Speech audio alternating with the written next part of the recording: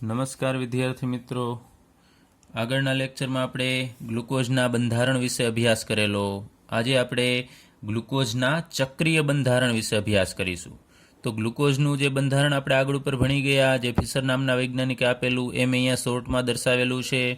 તો ગ્લુકોઝનું આ બંધારણ છે એ ગ્લુકોઝના મોટાભાગના ગુણધર્મો છે સમજાવી શકે છે, પરંતુ અમુક પ્રક્રિયા છે એ ગ્લુકોઝના આ બંધારણની મદદથી સમજાવી શકાતી નથી. તો એ આપણે અમુક પ્રક્રિયા લઈએ.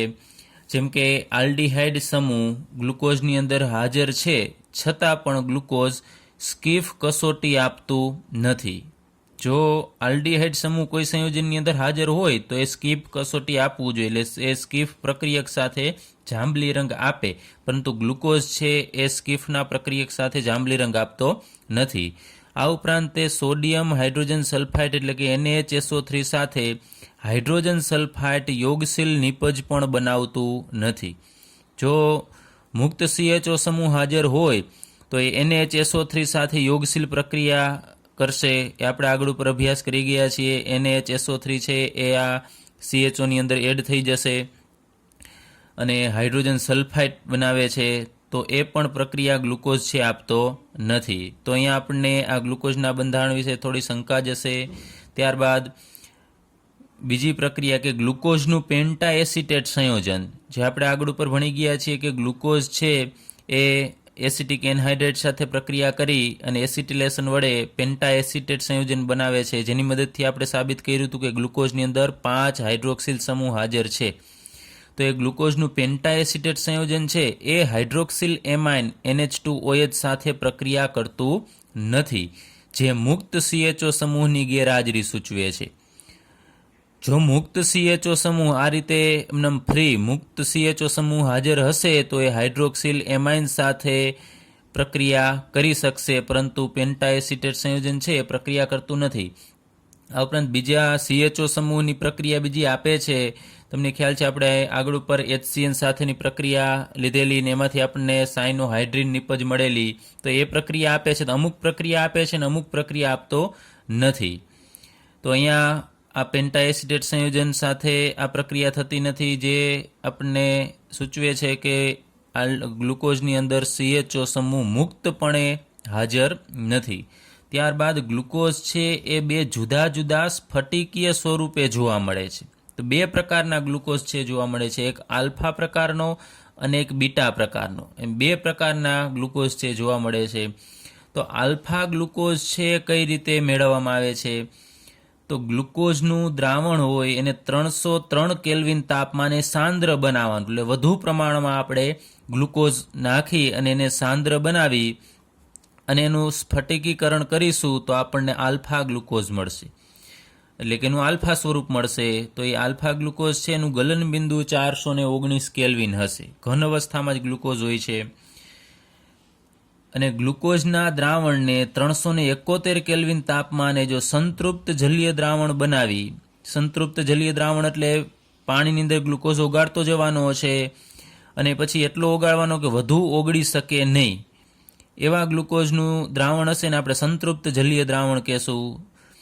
તો એનું સ્ફટિકીકરણ કરીશું તો આપણને બીટા ગ્લુકોઝ મળશે, અને બીટા ગ્લુકોઝ છે એનું ગલન બિંદુ 423 કેલ્વિન હોય છે. તો અહીંયા ગ્લુકોઝથી 2 સ્વરૂપ આલ્ફા અને બીટા અવસ્થામાં જોવા મળે છે, એ પણ આ બંધારણની મદદથી સમજાવી શકાતું નથી. ચાલો તો હવે આપણે સમજીએ આ આલ્ફા ગ્લુકોઝ અને બીટા ગ્લુકોઝનું બંધારણ. તો અહીંયા મેં ગ્લુકોઝનું સરળ શૃંખલાવાળું ફિશર નામના વૈજ્ઞાનિકે આપેલું અહીંયા મેં ગ્લુકોઝનું બંધારણ છે દર્શાવી દીધું છે, અને એમાં દરેક કાર્બનને આપણે નંબર આપી દીધા છે. ઉપર અહીંયા CHO એટલે આલ્ડીહાઇડ સમૂહ છે, અહીંયા મુક્ત આલ્ડીહાઇડ સમૂહ છે, એ કાર્બનને આપણે નંબર 1 કહીએ. ત્યારબાદ અહીંયા નંબર 2, 3, 4, 5 અને 6. હવે અહીંયા ગ્લુકોઝનું જે સરળ શૃંખલાવાળું જે બંધારણ છે એમાં 5મા નંબરનો કાર્બન, એટલે અહીંયા હું રાઉન્ડ કરીને દર્શાવું છું, 5મા નંબરના કાર્બન ઉપર રહેલો OH સમૂહ એ અહીંયા આલ્ડીહાઇડના કાર્બન સાથે જોડાશે. તો કઈ રીતે જોડાય છે આપણે લઈએ. તો અહીંયા OH સમૂહ છે એનો હાઇડ્રોજન છે એ અહીંયાથી નીકળી અને જોડાઈ જશે, આ ઓક્સિજન સાથે જોડાશે. એટલે કે આ બંધના ઇલેક્ટ્રોન છે, જે પાઈ બંધના ઇલેક્ટ્રોન, એ આ ઓક્સિજન મેળવી લેતો હોય છે અને ઓક્સિજન એ ઇલેક્ટ્રોન આ હાઇડ્રોજનને આપશે અને આની સાથે જોડાઈ જશે. ત્યાં આપણે લઈએ કે કઈ રીતે એનું બંધારણ થશે. સી પછી દ્વિબંધની જગ્યાએ અહીંયા સિંગલ બોન્ડ થશે અને અહીંયાથી એક હાઇડ્રોજન નીકળી અને આ ઓક્સિજન સાથે જોડાઈ જશે. એટલે અહીંયા OH અને આ બાજુનો હાઇડ્રોજનને આપણે એમનેમ રાખીએ. ત્યારબાદ બાકીના બધા કાર્બન છે ને આપણે એમનેમ દર્શાવી દઈએ. ત્યારે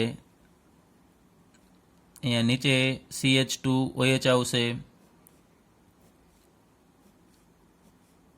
અહીંયા CH2OH. ચલો અહીંયા HOH. પછી ત્રીજા નંબરના કાર્બન ઉપર તમને ખ્યાલ છે OH છે ડાબી બાજુએ છે અને H જમણી બાજુએ.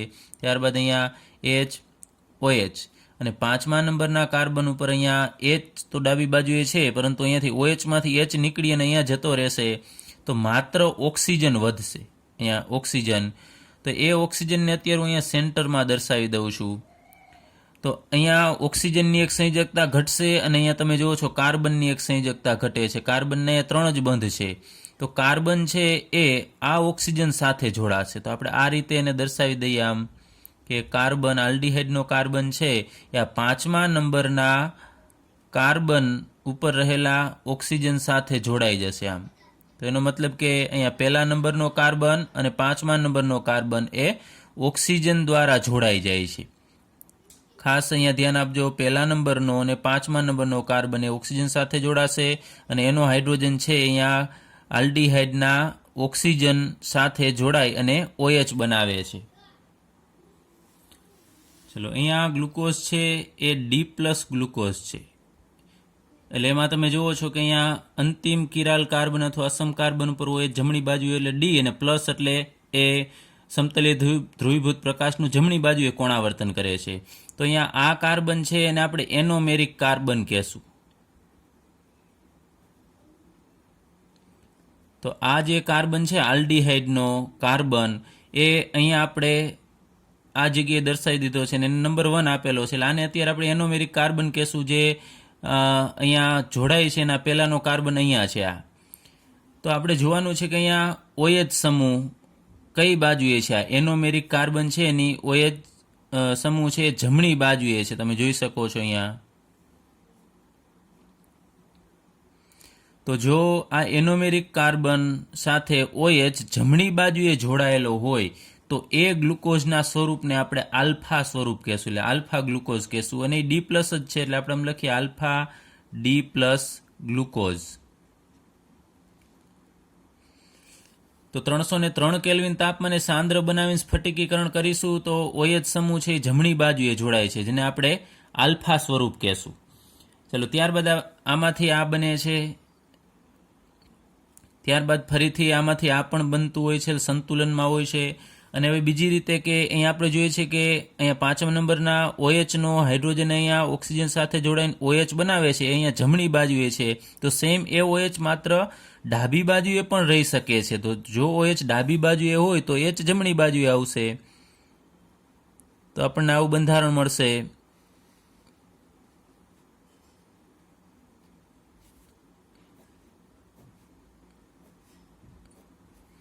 ચલો અહીંયા HOH, અહીંયા OH, H, અહીંયા HOH અને અહીંયા H અને અહીંયા એકલો ઓક્સિજન હશે આપણે અહીંયા સેન્ટરમાં દર્શાવીએ છીએ. અને એ ઓક્સિજનની એક સંયોજકતા ઘટે છે, કારણ કે અહીંયા હાઇડ્રોજન જોડાયેલો તો એ દૂર થઈ ગયો, તો એની એક સંયોજકતા ઘટશે અને આ કાર્બનની સંયોજકતા ઘટે છે, તો એ બંને જોડાઈ જશે. એટલે અહીંયા પહેલા નંબરનો કાર્બન અને 5મા નંબરનો કાર્બન છે એ ઓક્સિજન વડે જોડાય છે. તો અહીંયા તમે જોઈ શકો છો કે કાર્બન છે આ એનોમેરિક કાર્બન, અને આપણે એનોમેરિક કાર્બન કહેશું. એ એનોમેરિક કાર્બન ઉપર OH છે એ ડાબી બાજુએ જોડાયેલો છે. તો જો એનોમેરિક કાર્બન ઉપર OH ડાબી બાજુએ જોડાયેલો હોય તો એને આપણે બીટા ગ્લુકોઝ કહેશું, એટલે એનું બીટા સ્વરૂપ થશે. અને D+ ગ્લુકોઝમાંથી બનેલો છે એટલે D+ ગ્લુકોઝ. તો ખાસ એના 2 સ્વરૂપ છે સમજવાના છે. તો આ કાર્બનને આપણે ફરીથી કહીએ કે એનોમેરિક કાર્બન કહેશું, કે ચક્રીયકરણ પહેલાનો જે કાર્બન હતો આને આપણે ચક્રીયકરણ કહેશું. જુઓ છો તમે ચક્ર જેવી રચના છે અહીંયા ઉત્પન્ન થાય છે, તો આને આપણે ગ્લુકોઝનું ચક્રીય બંધારણ કહેશું. પરંતુ આ ફિશર નામના વૈજ્ઞાનિકે આપેલું છે, એટલે આ ફિશરનું ચક્રીય બંધારણ કહેવાય. તો ચક્રીયકરણ પહેલા જે કાર્બન હતો એને એનોમેરિક કાર્બન કહેવાય, અને એનોમેરિક કાર્બન ઉપર અહીંયા ગોઠવણી થાય છે અલગ અલગ, જેને આપણે વિન્યાસ કહેશું. અહીંયા OH જમણી બાજુએ છે, જ્યારે બીજું એક સ્વરૂપ છે એમાં OH છે ડાબી બાજુએ છે. તો એનોમેરિક કાર્બન ઉપર OH સમૂહની ગોઠવણી અથવા વિન્યાસના કારણે બે જુદા જુદા સ્વરૂપ જોવા મળે છે. તો ફરીથી એક વખત OH જમણી બાજુ હોય તો આલ્ફા સ્વરૂપ કહેવાય, અને OH છે ડાબી બાજુ હોય તો એને આપણે બીટા સ્વરૂપ કહેશું. તો અહીંયા જે ગ્લુકોઝનું આલ્ફા સ્વરૂપ અને બીટા સ્વરૂપ છે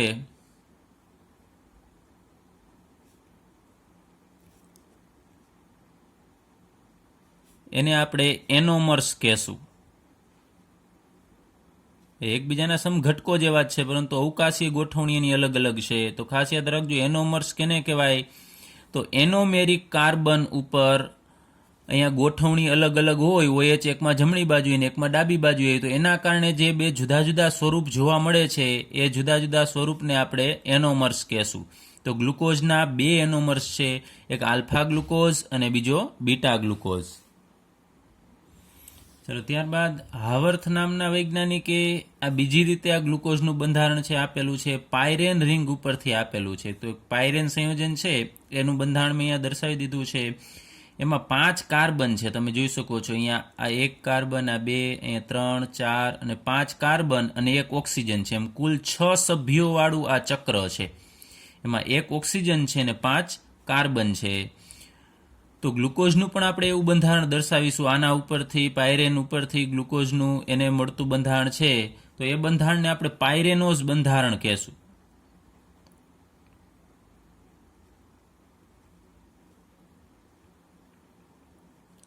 તો પાયરેન નોઝ એટલે અહીંયા જનરલી જે મોનોસેકેરાઇડ છે ને આપણે ઓઝ પ્રત્યે લગાડીએ છીએ, તેના ઉપરથી આપણે એને પાયરેનોઝ કહેશું. તો પાયરેન રિંગ જેવું બંધારણ જેની અંદર આવેલું છે ને એને આપણે પાયરેનોઝ બંધારણ કહેશું. તો એ 6 સભ્યોવાળું બંધારણ છે. તો અહીંયા આપણે લઈએ સૌ પ્રથમ આ આલ્ફા ગ્લુકોઝ, આ ફિશરનું બંધારણ છે, એનું ચક્રીય બંધારણ. હવે આપણે જોશું એ હાવર્થ બંધારણ.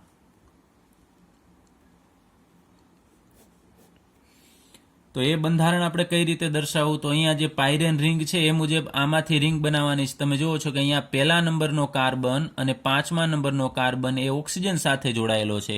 તો પાયરેન રિંગમાં પણ એવું જ છે કે પહેલા નંબરનો કાર્બન અને 5મા નંબરનો કાર્બન, આ બે કાર્બન છે એ તમે જુઓ છો ઓક્સિજન વડે જોડાયેલો છે. અહીંયા પણ સેમ એ જ રીતનું છે. તો અહીંયા આપણે આ ગ્લુકોઝનું બંધારણ આ મુજબનું દર્શાવીએ તો સૌપ્રથમ આપણે આ 6 સભ્યવાળી રિંગ છે આમ દર્શાવી દેવી. એમાં ઓક્સિજન અહીંયા રાખવાનો થશે. હવે અહીંયા પહેલા નંબરનો કાર્બન છે, જે આપણે દર્શાવીએ કે એ કાર્બનને અહીંયા લખીએ, આ પહેલા નંબરનો કાર્બન, તો આ બીજા નંબરનો કાર્બન થશે, આ ત્રીજા નંબર, અહીંયા ચોથા નંબરનો અને આ 5મા નંબરનો કાર્બન. તો અહીંયા પહેલા નંબરનો અને 5મા નંબરનો ઓક્સિજનથી જોડાયેલો છે, તો અહીંયા પણ આપણે એને ઓક્સિજનથી જોડી દીધો છે. ત્યારબાદ આ ફિશર પ્રક્ષેપ સૂત્ર છે એ બંધારણ ઉપરથી આપણે હાવર્થ બંધારણ દોરવા માટે એક વસ્તુ છે ધ્યાનમાં રાખવું પડશે કે ફિશર બંધારણમાં જે વસ્તુ અહીંયા જમણી બાજુએ છે, OH જે વસ્તુ જમણી બાજુએ છે, એમાં અહીંયા આપણે હાવર્થ બંધારણ દોરતી વખતે એને આપણે નીચેની તરફ દર્શાવવું પડશે. તો આપણે અહીંયા લઈએ, માનો કે આ આલ્ફા ગ્લુકોઝનું બંધારણ આપણે દોરવું છે, તો અહીંયા કાર્બન છે એની સાથે OH જમણી બાજુએ છે, તો એ આપણે નીચેની તરફ દર્શાવવાનું. આમ કે અહીંયા આ કાર્બન છે તેની સાથે OH નીચેની તરફ જોડાયેલો છે અને H જે ડાબી બાજુએ હોય એને ઉપરની તરફ દર્શાવો. હવે બીજા કાર્બન ઉપર આ બીજા નંબરનો કાર્બન થશે, એમાં OH છે જમણી બાજુએ છે, તો આપણે નીચે લખવાનો OH, અને H છે ડાબી બાજુએ છે, તો હાવર્થ બંધારણની અંદર આપણે H ઉપરની તરફ લખવું. ત્યારબાદ ત્રીજા નંબરના કાર્બન ઉપર અહીંયા H જમણી બાજુએ છે, તો એને આપણે નીચે લખવું, અને અહીંયા OH ડાબી બાજુએ છે, તો OH આપણે ઉપર દર્શાવવું. ચોથા નંબરના કાર્બન ઉપર તમે જુઓ છો કે OH જમણી બાજુએ છે, તો આપણે OH નીચે લખવો અને H ઉપર લખવો. ત્યારબાદ 5મા નંબરના કાર્બન ઉપર શું જોડાયેલું છે? તો 5મા નંબરના કાર્બન ઉપર H છે અને અહીંયા CH2OH. એમાં CH2OH ને અત્યારે આપણે ઉપર રાખીએ છીએ અને H ને નીચેની તરફ, કારણ કે એ અલગ પડે છે અહીંયાથી. આ છેલ્લો કાર્બન છે છઠ્ઠો, તો એમાં આપણે જમણી ને ડાબી એ રીતે જોવું નથી. અહીંયા તમારે CH2OH ઉપર લખવાનું, H નીચેની તરફ લખવું. તો આ બંધારણ આપણે જે દર્શાવેલું છે એ પાયરેન રિંગ ઉપરથી આપેલું બંધારણ છે અને એ આલ્ફા સ્વરૂપ છે. તો આલ્ફા સ્વરૂપમાં તમારે જોવાનું કે અહીંયા આ એનોમેરિક કાર્બન થશે.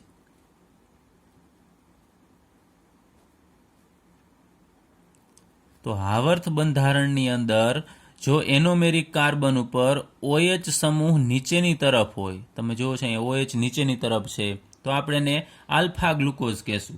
તેનું નામ થશે આલ્ફા. પછી અહીંયા ડી પ્લસ હતું તો એમને લખીશું ડી પ્લસ.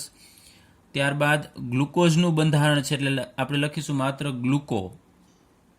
અને આ પાયરેન પ્રકારનું બંધારણ છે એટલે એને આપણે લખીશું પાયરેનોઝ. તો આનું સંપૂર્ણ નામ થશે આલ્ફા ડી પ્લસ ગ્લુકો પાયરેનોઝ.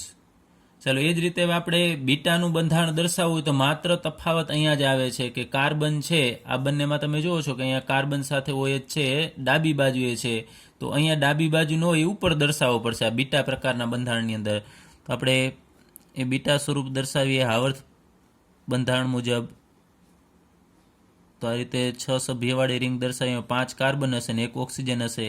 એમાં પહેલા નંબરનો કાર્બન છે એમાં H જમણી બાજુએ છે તો અહીંયા નીચે લખવું, OH અહીંયા ડાબી બાજુએ છે તો એને ઉપર દર્શાવવું. આ કાર્બન થશે એનોમેરિક કાર્બન પહેલા નંબરનો, અને આ 5મા નંબરનો કાર્બન. ત્યારબાદ અહીંયા જમણી બાજુએ બધા નીચે લખતા જવાના. અહીંયા H, OH ત્રીજા નંબરના કાર્બન ઉપર અહીંયા ઉલટું આવશે, ઉપર OH આવશે અને H નીચે આવશે. ત્યારબાદ અહીંયા H, OH અને અહીંયા CH2OH H એ બધું સેમ રહેશે, માત્ર તફાવત અહીંયા જ જોવા મળશે તમને. આ પહેલા નંબરનો કાર્બન જેને આપણે એનોમેરિક કાર્બન કહીએ છીએ, આ બેને તમે સરખાવો છો તો અહીંયા OH નીચેની તરફ છે, જ્યારે અહીંયા OH ઉપરની તરફ છે. તો ઉપરની તરફ હોય તો એને આપણે બીટા સ્વરૂપ કહેશું અને એનું નામ થશે બીટા ડી પ્લસ ગ્લુકો પાયરેનોઝ. તો આ બંધારણનો ઘણો બધો ઉપયોગ થાય છે હાવર્થ બંધારણનો, એટલે આ ખાસ સમજો કઈ રીતે બંધારણ લખવું. બધામાં તમે જુઓ છો જનરલી આ બધા કાર્બનમાં OH નીચેની તરફ હોય છે, પણ એક અહીંયા ત્રીજા નંબરના કાર્બન ઉપર તમારે ખાસ ધ્યાન રાખવાનું કે OH છે ઉપરની તરફ આવશે. અને પહેલા નંબરના કાર્બનના વિન્યાસ એટલે ગોઠવણી, પહેલા નંબરના કાર્બન એટલે કે એનોમેરિક કાર્બનની ગોઠવણી અથવા વિન્યાસના કારણે અહીંયા ગ્લુકોઝના 2 સ્વરૂપ જોવા મળે છે, આલ્ફા અને બીટા. ચલો, ત્યારબાદ આપણે બીજો મોનોસેકેરાઇડ લઈએ, ફ્રુક્ટોઝ.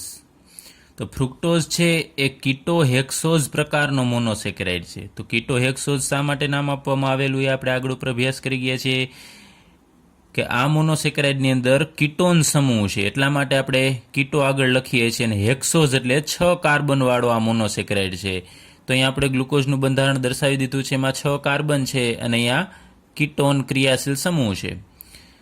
હવે ફ્રુક્ટોઝ કઈ રીતે મળે છે? તો ફ્રુક્ટોઝ છે એ સુક્રોઝ છે એનું જળ વિભાજન કરવાથી આપણને ગ્લુકોઝ અને ફ્રુક્ટોઝ બંને સમાન પ્રમાણમાં મળે છે. તો સુક્રોઝ એટલે C12H22O11, એની અંદર આપણે પાણી છે એડ કરીશું એટલે અહીંયા 2 સમાન આણ્વીય સૂત્ર ધરાવતા મોનોસેકેરાઇડ મળશે, C6H12O6, અને ફ્રુક્ટોઝનું સૂત્ર પણ એ જ થશે, C6H12O6.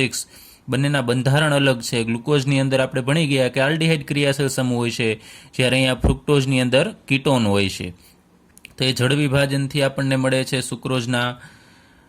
ત્યારબાદ ફ્રુક્ટોઝ છે એ કુદરતી રીતે ફળો, મધ અને શાકભાજીમાંથી મળતો મોનોસેકેરાઇડ છે. એ ફળમાંથી મળે છે, મધમાંથી મળે છે અને જુદા જુદા પ્રકારના શાકભાજીમાંથી પણ મળે છે.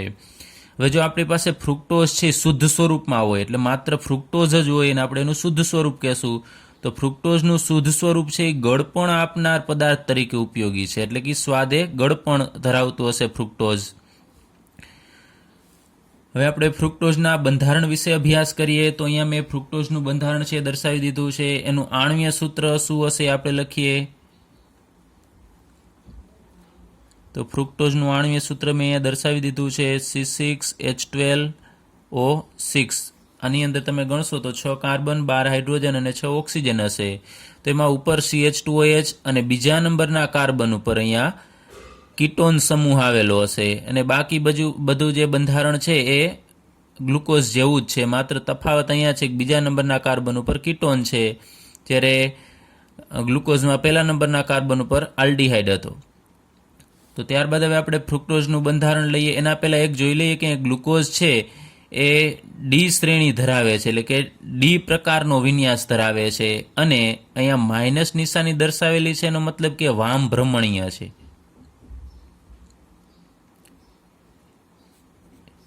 એ સમતલીય ધ્રુવીભૂત પ્રકાશ છે એનું ડાબી બાજુએ કોણાવર્તન કરે છે, એટલા માટે એ માઇનસ આવશે. એટલે યાદ રાખજો, એવું જરૂરી નથી કે ડી હોય એ હંમેશા પ્લસ જ હોય. ડી હોય એ ક્યારેક માઇનસ પણ હશે. તો આપણે ભણી ગયા છીએ ડી છે એ સૈદ્ધાંતિક રીતે નક્કી કરવામાં આવે છે કે અહીંયા તમે જુઓ છો છેલ્લો કાર્બન છે કે જે અસમ કાર્બન છે એની સાથે OH જમણી બાજુએ જોડાયેલો છે, એટલે આપણે ડી કહીએ છીએ. પરંતુ આ ફ્રુક્ટોઝનું સ્વરૂપ છે એ સમતલીય ધ્રુવીભૂત પ્રકાશનું ડાબી બાજુએ કોણાવર્તન કરે છે, એટલા માટે આપણે એને વામ ભ્રમણીય કહીએ છીએ અને અહીંયા માઇનસ નિશાની દર્શાવીએ છીએ.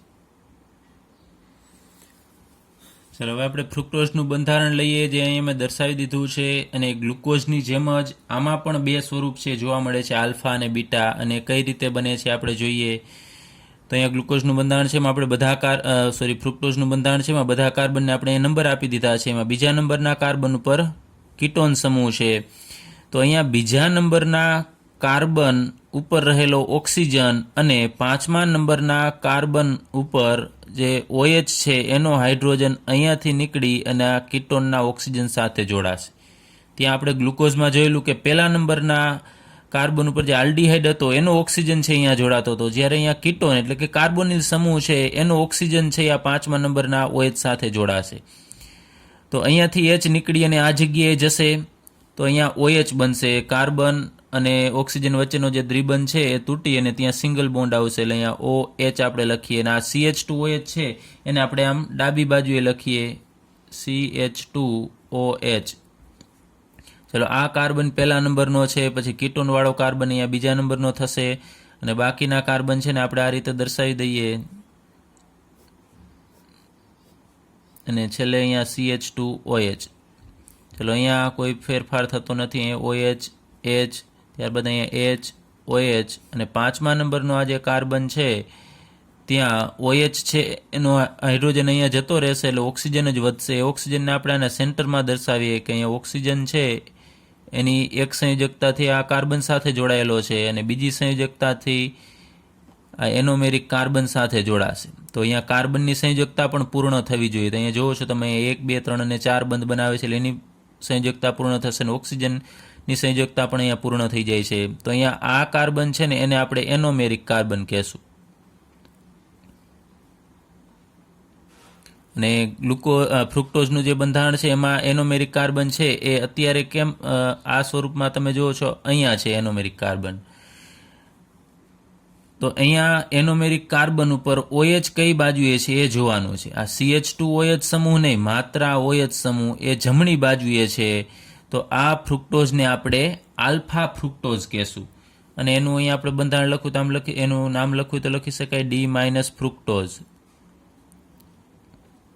તો અહીંયા આ સ્વરૂપ છે એ આલ્ફા પ્રકારનું થશે. તો આપણે લખીએ અહીંયા આલ્ફા D- ફ્રુક્ટોઝ. ચાલો, એ જ રીતે હવે એનું બીજું સ્વરૂપ છે, એમાં તમને ખ્યાલ છે હવે આપણે બીજું કંઈ ચેન્જ નથી કરવાનું. અહીંયા OH છે એને આપણે ડાબી બાજુએ મોકલી દેવાનો છે અને CH2OH ને જમણી બાજુએ રાખીશું. અહીંયા CH2OH અને OH ડાબી બાજુએ જશે, એટલે બીટા સ્વરૂપ થશે.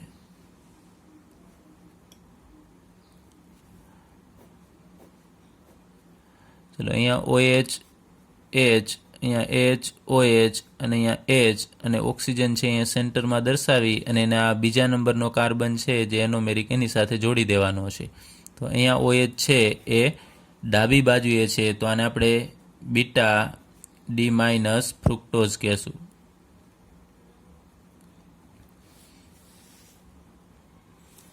તો આ જે આપણે બંધારણ દર્શાવેલા છે એ ફિશર બંધારણ થશે. અને એ પણ અહીંયા આ ચક્રીય બંધારણ છે. આપણને કહેવામાં આવે કે ફ્રુક્ટોઝનું ચક્રીય બંધારણ, તો આ બંનેના ફ્રુક્ટોઝના ચક્રીય બંધારણ જે આપણે ગ્લુકોઝમાં ભણી ગયા એ મુજબ અહીંયા પણ આલ્ફા અને બીટા છે એ આ ફ્રુક્ટોઝનું ચક્રીય બંધારણ છે. હવે આપણે હાવર્થ નામના વૈજ્ઞાનિકે આપેલું બંધારણ છે એ લઈએ.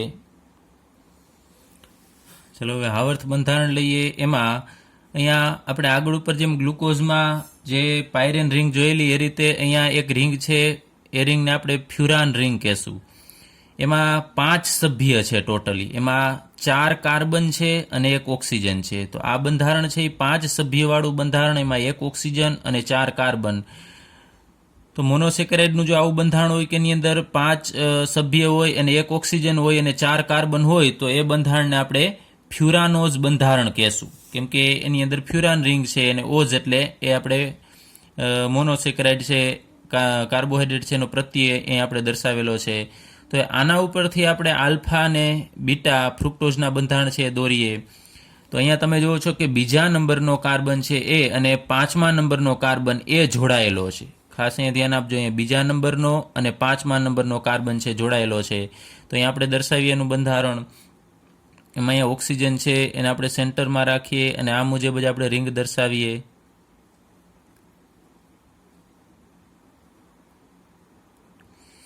ચલો, તો આ કાર્બન છે એને આપણે બીજા નંબરનો કાર્બન કહીએ તો આ બીજા નંબરનો કાર્બન થશે. ત્યારબાદ અહીંયા ત્રીજા, આ ચોથાના 5મા નંબરનો, એટલે આ 3, 4 અને આ કાર્બન થશે 5મા નંબરનો કાર્બન. તો અહીંયા બીજા અને 5મા નંબરનો કાર્બન છે તમે જુઓ છો ઓક્સિજન વડે જોડાયેલો છે. અહીંયા પણ બીજા અને 5મા નંબરનો કાર્બન ઓક્સિજન વડે જોડાયેલો છે. અહીંયા જોજો, અહીંયા તમે માત્ર 1, 2, 3, 4 માત્ર કાર્બનને નંબર આપેલા છે કે અહીંયા કાર્બન 4 છે એટલા માટે નંબર મેં આપેલા છે, અને અહીંયા નંબર આપણે આ ફ્રુક્ટોઝના બંધારણ ઉપરથી આપેલા છે. તો અહીંયા આ કાર્બન છે એ એનોમેરિક કાર્બન થશે.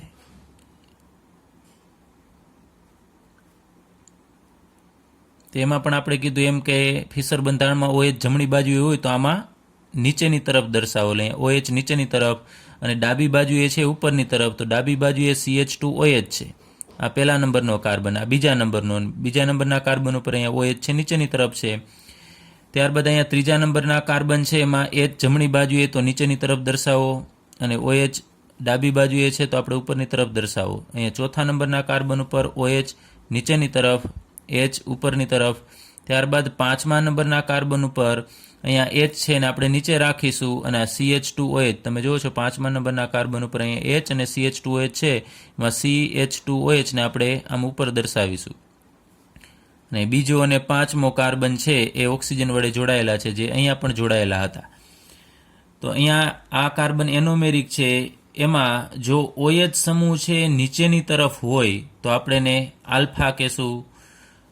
તો એનું નામ થશે આલ્ફા ડી માઇનસ, અને ફ્યુરાનોઝ વાળું અહીંયા બંધારણ આપણે દર્શાવેલું છે એટલે આપણે ફ્રુક્ટો લખીશું, ફ્રુક્ટોઝ ઉપરથી ફ્રુક્ટો અને પાછળ ફ્યુરાનોઝ એડ કરીશું નામ. એનું સંપૂર્ણ નામ થશે આલ્ફા ડી માઇનસ ફ્રુક્ટો ફ્યુરાનોઝ. ચાલો, એ જ રીતે હવે આપણે બીટા સ્વરૂપ દર્શાવવું હોય તો ચેન્જ માત્ર આ કાર્બન ઉપર જ આવશે કે અહીંયા OH નીચેની તરફ છે તો અહીંયા આપણે ઉપરની તરફ દર્શાવો. ચલો, તો આ રીતે પહેલાં આમ રિંગ દોરવી, ત્યારબાદ અહીંયા આપણે દર્શાવવું હોય તો આ રીતે આમ દર્શાવી શકાય. આ બીજા નંબરનો કાર્બન, આ 5મા નંબરનો કાર્બન. બીટા સ્વરૂપ દોરવું છે એટલે અહીંયા OH ડાબી બાજુએ છે તો એને આપણે ઉપર લખવાનો અને CH2OH જમણી બાજુએ છે અને નીચેની તરફ દર્શાવો. બાકી બધું છે આમાં જેમ હતું એ મુજબ દર્શાવવું. OH, H, અહીંયા H, OH, અહીંયા H, અહીંયા CH2OH. તો અહીંયા OH છે એનોમેરિક કાર્બન ઉપર ઉપરની તરફ રહેલો છે તો આને આપણે બીટા સ્વરૂપ કહેશું, એટલે એનું નામ થશે બીટા ડી માઇનસ ફ્રુક્ટો ફ્યુરાનોઝ. ચલો, ફ્યુરાનોઝ હવે આપણને ખ્યાલ આવવો જોઈએ કે શા માટે આપણે ફ્યુરાનોઝ કહીએ છીએ, કારણ કે આના બંધારણની અંદર ફ્યુરાન રિંગ આવેલી છે. એટલે પાછું એવું નહીં સમજવાનું કે અહીંયા દ્વિબંધ છે તો અહીંયા નથી, એવું આપણે એમ કમ્પેરિઝન ટોટલી આ રિંગ નથી આવેલી, પરંતુ ફ્યુરાનનું જેવું બંધારણ છે ને એવું બંધારણ અહીંયા આપણે આ ફ્રુક્ટોઝનું દર્શાવેલું છે, એટલા માટે આપણે ફ્યુરાનોઝ લખીએ છીએ. બાકી અહીંયા દ્વિબંધ છે તો અહીંયા હોવા જોઈએ એવું કંઈ જરૂરી નથી. તો અહીંયા જે આપણે બે સ્વરૂપ દર્શાવેલા છે આલ્ફા અને બીટા, એને એકબીજાને આપણે એનોમર્સ કહેશું. તો આપણને કહેવામાં આવે કે ફ્રુક્ટોઝના કેટલા એનોમર્સ છે, તો 2 એનોમર્સ થશે, આલ્ફા અને બીટા. તો આપણે જે અહીંયા બંધારણ અત્યારે અભ્યાસ કરેલા આ બંધારણ એના ચક્રીય બંધારણ છે. તમે જુઓ છો કે અહીંયા ચક્ર સ્વરૂપ છે, અહીંયા પણ ચક્ર છે, અહીંયા પણ ચક્ર જોવા મળે છે, પરંતુ આ ફિશરે આપેલા ચક્રીય બંધારણ છે, જ્યારે આ હાવર્થ નામના વૈજ્ઞાનિકે આપેલા ચક્રીય બંધારણ છે.